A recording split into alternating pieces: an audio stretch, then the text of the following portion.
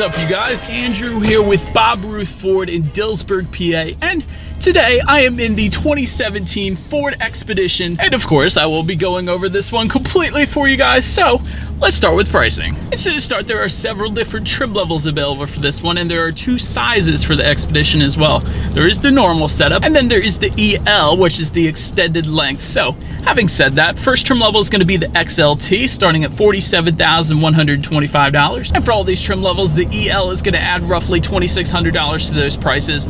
But then there is the limited, that is the one I am in today, that is going to start at $56,045, then the King Ranch for $60,615, and lastly the Platinum, which is going to start at $64,205. And so, but regardless of the trim level that you go with, the power plant on this one is actually going to be the same. And so powering the 2017 Expedition is a 3.5 liter EcoBoost V6, putting out 365 horsepower at 5,000 RPM and 420 pound-feet of torque, available at around 2,200 RPM. And so that power is going to be sent to either the rear wheels or all wheels through Ford's four-wheel drive system through a 6-speed automatic with select shift.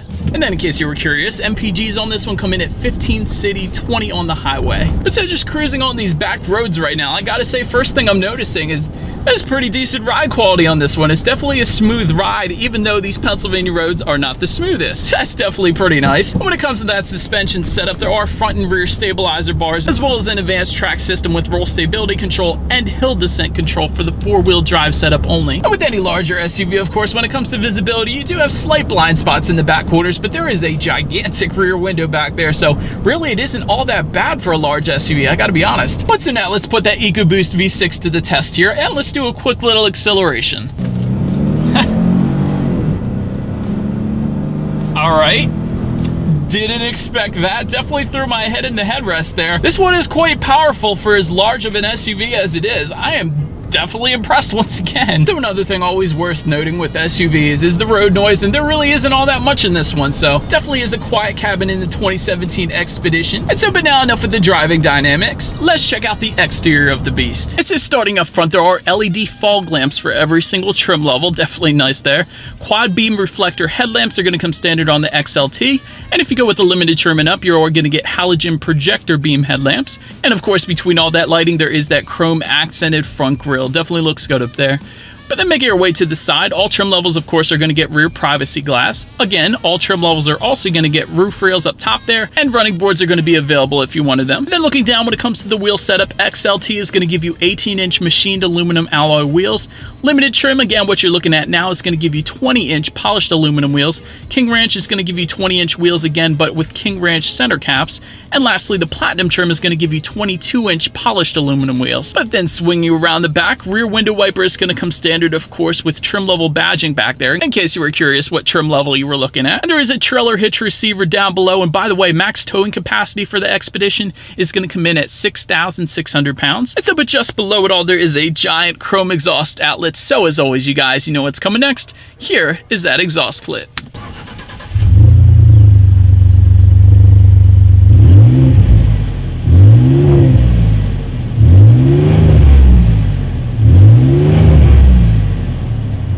Now, since we are around back, I did want to mention there is a button on the key fob there to open that rear hatch if you wanted to go that route. But once opened up, behind that third row, for the standard setup, you're going to get 18.6 cubic feet. And for the extended length, behind the third row, you're going to get 42.6 cubic feet. And so, but with the King Ranch trimming up, there is a power folding third row. But behind that second row of seating, 55 cubic feet comes standard, 85.5 cubic feet on the EL. And with all rows folded down, that's going to come in at 108.3 cubic feet for the standard, and for the extended length, 130.8 cubic feet. And just for comparison's sake, you guys, I've also gotten a chance to check out the 2017 Chevy Suburban, and with all rows folded down in that one, that's going to come in at 121.7 cubic feet, so a good 8 to 9 cubic feet more in the Expedition. That's pretty cool. But then when it comes to the rear legroom, third row is actually going to give you 37.7 inches. So for reference, I'm even 6 feet tall. This is how much space I had going on back there. Second row is going to give you 39.1 inches. Again, this is how much space I had. And there is rear ventilation throughout the Expedition. That's going to be located on the roof of the vehicle. So it's going to keep all rows of passengers comfortable. Definitely nice there. And there are actually heated second row seats on the limited trim and up. Again, little extra comfort for the rear passengers there. But then making your way to the front seats, power adjustable cloth seats are going to come with the XLT. And if you go with the limited trim and up, you're going to get perforated leather seats with heated and ventilated seats. That is definitely nice for comfort once again. And then if the driver looks forward there is going to be a leather wrapped tilt and telescoping steering wheel that does come standard for all trim levels. But then when it comes to the startup, let me show you guys the key here. You do have your Ford logo on the one side, of course. And if you flip it over, you have lock, unlock, that button at the bottom for the rear hatch, and at the very top, that ×2 button up there, that is going to be your remote start, which is going to come standard on the limited trim and up, also with the push button start as well. So I'm just going to simply put my foot on the brake here and press that engine start button. And so once started, the speedometer is going to be front and center, just below that what gear you're in. To the left, there is a digital setup, which can be controlled by the steering wheel mounted controls on the left side, of course, it makes sense. And on the right side, another digital setup, giving you access to additional information, again, being controlled by the steering wheel mounted controls, but this time on the right side. So left side controls the left side, right side controls the right side. Definitely makes sense there. But so then when it comes to overall interior quality, limited trim and up is going to give you dual zone climate control. For all trim levels, you are going to get an overhead sunglass holder as well as an auto dimming rear view mirror. And for the limited trims and up, you're going to get ambient lighting as well as a universal garage door opener and wood grain accents throughout the vehicle, which definitely look good in this one I'm in today. And if you were interested in a power moonroof, that one is going to come standard on the Platinum, but it is optional on every single other trim level, and I do have it today on my limited, so that is definitely nice there too. But then making our way to the tech, front and center, XLT trim is going to give you that standard sync system. Limited trim and up is going to give you the Sync 3, which is the one I am definitely a fan of. Reason being is because it does come standard with Android Auto and Apple CarPlay. So if you have a smartphone, simply hook it up through the USB connection there, and you have access to Google Maps, which essentially is your free navigation, with the exception of it eating up some of your data, of course. But also with that, you do have access to Pandora, so you can like and dislike your songs up on that Sync 3 system. That's convenient. And you have access to iHeartRadio and some other apps as well. But also with that Sync 3 system, you are going to get Bluetooth and audio streaming. Factory navigation is available for the Sync 3 if you wanted to go that route.